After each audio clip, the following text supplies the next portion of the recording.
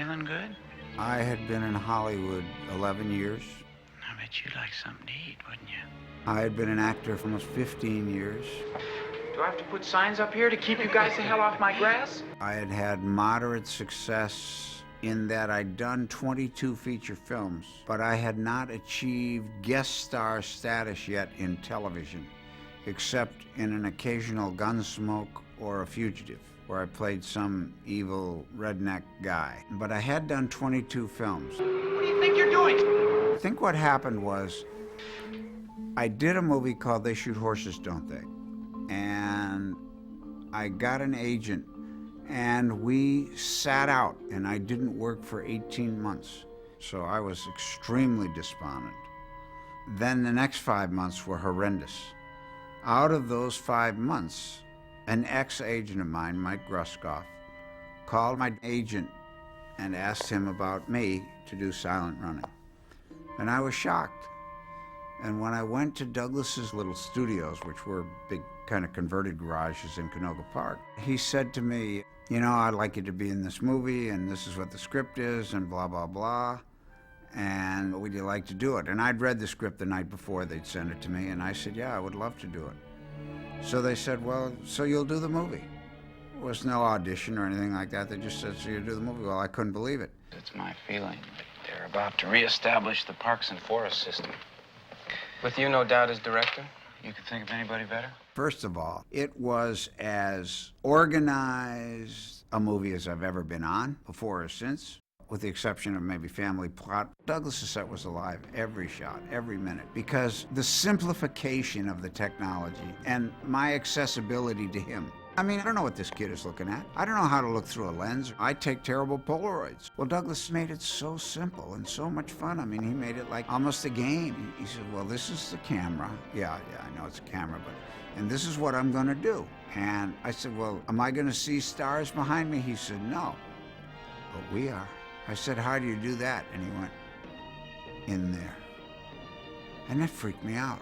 Drone 1, drone 2, drone 3, please report immediately to surgery. I'd never been in a movie where I'm working with little machines that were real people. Real people.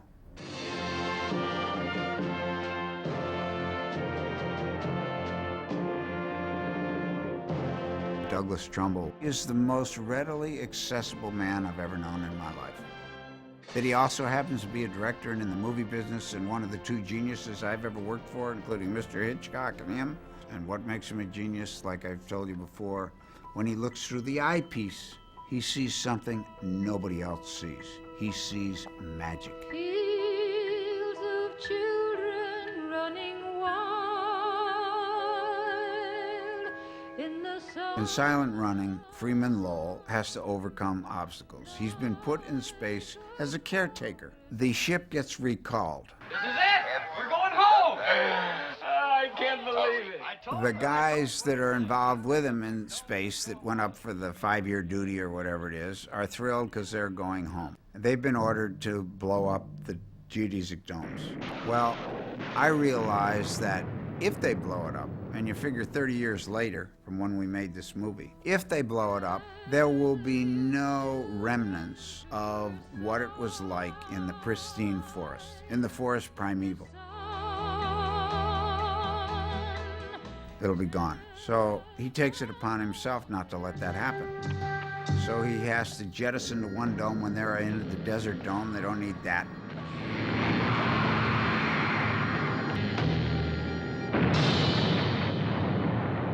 And then in his dome, the garden, has got to be preserved. Now he does that not knowing how he's going to preserve it. So he's justified in everything he's done. He's not mad. He's passionate.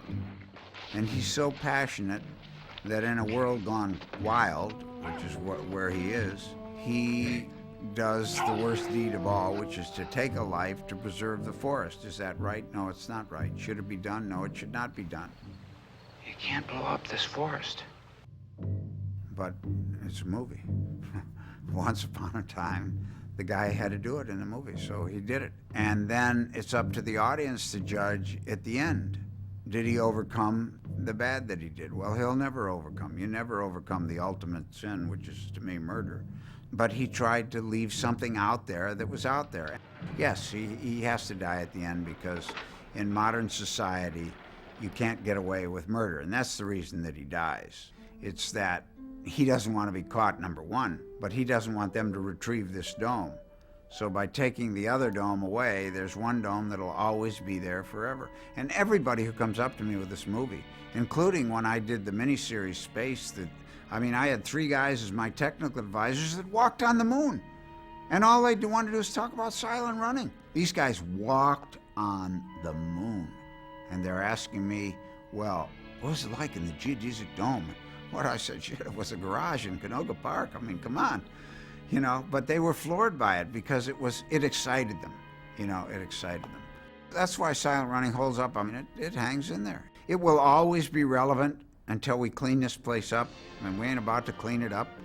There's nobody with a plan yet. There's nobody who's got a better plan than putting a forest in a dome and sending it out there. And that's ingenious. The thing that makes silent running so endearing to people is the imagination of once upon a time. It's the absolute perfect use of the medium of the cinema. It's take a story that works and tell it in a simple way where the audience can identify.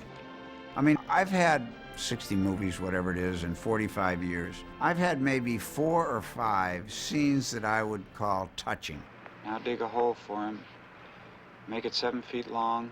That people walk up to me today and will put their arms around me and say, it's okay, you didn't have to do that, or I was very touched by that. Where they were really moved. Not just say, well, you were good in the movie, but when they make a special comment. The scene with Dewey at the end of the movie when I put my hands on him and tell him how it's up to him to maintain the forest because I'm not going to be here anymore and he's got to take it forever. Take care of yourself, Dewey. He'll go on forever because his batteries won't ever run down. So he's going to be there forever. People always come up to me and they say, from my daughter Laura on, that's the first scene she ever remembers seeing me in where she was really touched by it. She just was absolutely affected by it. Berkshire to Valley Forge, Berkshire to Valley Forge. How about a word, Lowell, huh? Silent running is probably the most identifiably memorable that anybody ever sees. And they can't tell you when they saw it, except they saw it when they were young. If I were to say, is there one word of something that I learned on silent running as an actor more than anything else, it was discipline to control my anxiety with the process, to not let anybody be intimidated by what was going on. The greatest gift I gave to silent running was my strength in protecting everybody else from anything that could go wrong, from any kind of intimidation. I didn't want anybody to be intimidated. It was a Super Bowl for these people, and I wanted that to be there. So I insisted on that every day, that there be an atmosphere of the utmost creation for everybody, and I took the fall when that didn't happen. So there were no tempers. There was no ego. There were no tantrums. There were no trailers. There were no stand-ins. It was just courtesy. Everybody was courteous. Everybody was kind. Everybody was, it sounds corny, but sweet. And nothing in the movie's precious. There's the harshest realities in the world are in this movie. But at the same time, there's nobody who worked on this movie who won't tell you it was one of the best experiences of their lives in terms of making movies. It was just a perfect scenario.